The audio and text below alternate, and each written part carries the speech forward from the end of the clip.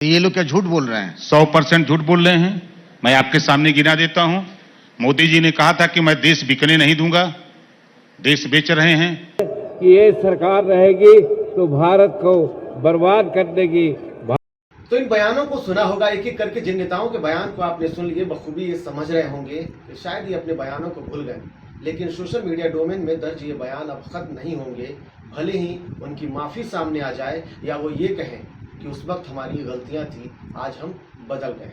नमस्कार, आप देख रहे हैं द आउटपोस्ट और मैं हूं आपके साथ निर्भय किशोर। बात देश की सियासत की कर रहे हैं। देश की सियासत में 2024 की चुनाव को लेकर के चालाकियों का दौर जारी है। चालाकियों का दौर इसलिए कहा जाए क्योंकि चालाकी ही हो रही है, रणनीति नहीं बन रही है, विपक्ष नहीं बन रही है।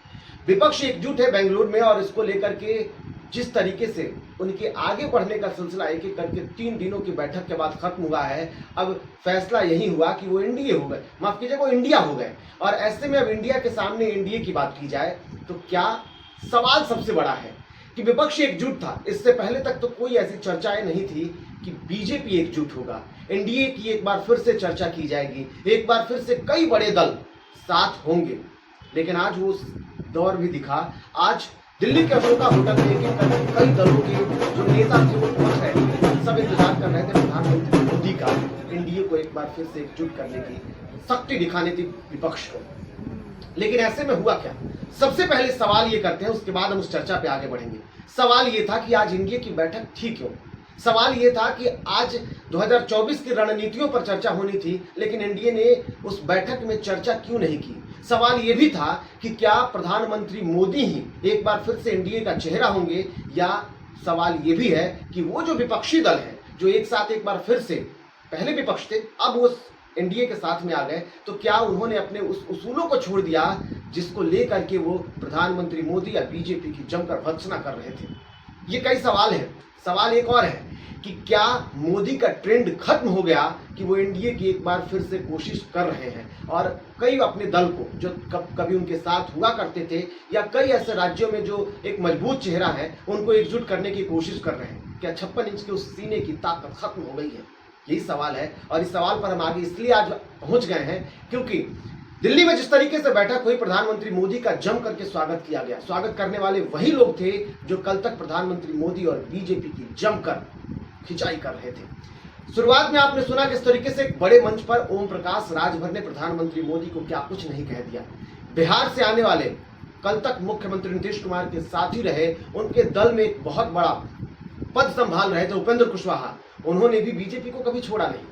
इसके अलावा और भी कई दल थे। जीतन राम मांझी बिहार की तरफ से बात कर रहे हैं तो उन्होंने भी क्या कुछ नहीं कहा था। कल तक मुख्यमंत्री नीतीश कुमार की सत्ता में उनके पुत्र मंत्री हुआ करते थे, आज उनके साथ ऐसा हुआ क्या? आज किस रणनीति पर एनडीए चल रही है कि उनको भी उन्होंने मंत्री पद से ही दूर तो किया ही, उनको भी साथ कर लिया। ओम प्रकाश राजभर को कौन सी ऐसी शक्ति दे दी गई कि उन्होंने कल तक जो जम करके क्या कुछ नहीं कह दिया था बीजेपी को, आज सब कुछ साथ हो गए हैं एक साथ। तो क्या ये सवाल हम ना करें? चलिए बात अब करते हैं उस दिन की।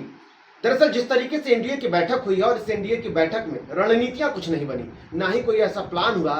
सिर्फ और सिर्फ जितने भी नेता आए थे वो प्रधानमंत्री मोदी को सुनने आए थे। वो 24 की चालाकियों पर चर्चा नहीं कर रहे थे, रणनीति नहीं कहिएगा, गलत नहीं हूं मैं, 24 की चालाकियों पर चर्चा नहीं कर रहे थे, बल्कि वो चर्चा कर रहे थे कि सिर्फ हमारी ये बैठक है ये दिखाने के लिए कि बेंगलुरु में बैठा हुआ वो इंडिया डर जाए। और इसी के इर्द गिर्द तो ये सारी कहानी घूम रही है। एनडीए की जिस तरीके से बैठक हुई है, ये बैठक सिर्फ दिखाने के लिए था उस विपक्ष को जो एकजुट हो रहा है, ये दिखाने के लिए कि जो विपक्ष ये तैयारी कर रहा है कि 2024 में मोदी को रोक देना है, उस बीजेपी के रथ को रोक देना है जो तेजी से आगे बढ़ रही है और अब देश को और आगे करने, सबसे ज्यादा बड़ी पार्टी के तौर पर जो खुद मजबूत हुआ करते थे, 56 इंच के सीना वाले उस प्रधानमंत्री मोदी, जिसे देश की मीडिया ने एक बेहतर नाम से उसको खुद संवार लिया गया है और वो है गोदी मीडिया।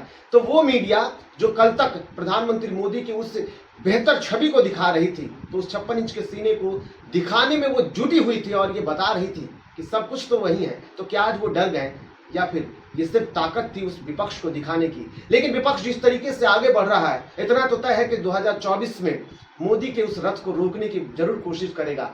38 पक्ष को बर्बाद करने के लिए या विपक्ष को डराने के लिए एनडीए की ये चाल थी, ये देखना होगा। लेकिन 24 के चुनाव में ये तो तय है लड़ाई मजबूत होगी। बस देखते रहिएगा। नमस्कार।